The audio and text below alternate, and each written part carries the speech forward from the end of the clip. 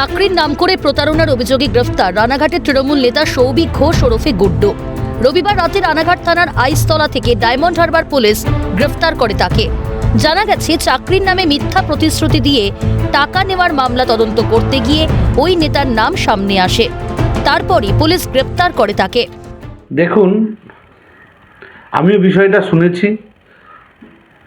আমার এখনও বিষয়টা নিয়ে ব্লকে আমি না যাওয়াতে এখনও সঠিকভাবে খোঁজ খবর নিতে পারিনি।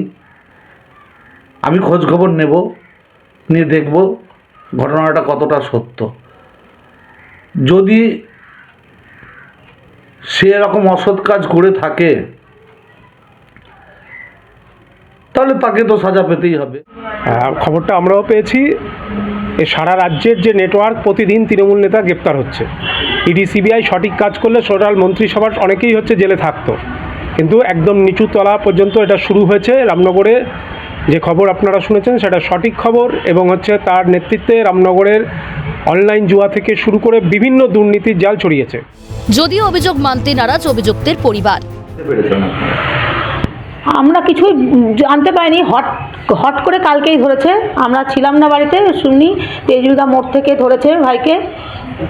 সৌভিক ঘোষ গুড্ডু আমার ভাই, কিন্তু আমার ভাই প্রচণ্ড লোকের, আপনি জনসাধারণের কাছে শুনতে পারেন, গরিব মানুষের কাছেও শুনতে পারবেন ও কিভাবে লোককে সাহায্য করে। হ্যাঁ, চক্রান্ত তো আছেই। রাজনৈতিক চক্রান্ত না থাকলে কি এটা ধরে? কোনো কারণ ছাড়া আমার ভাইকে ধরেছে।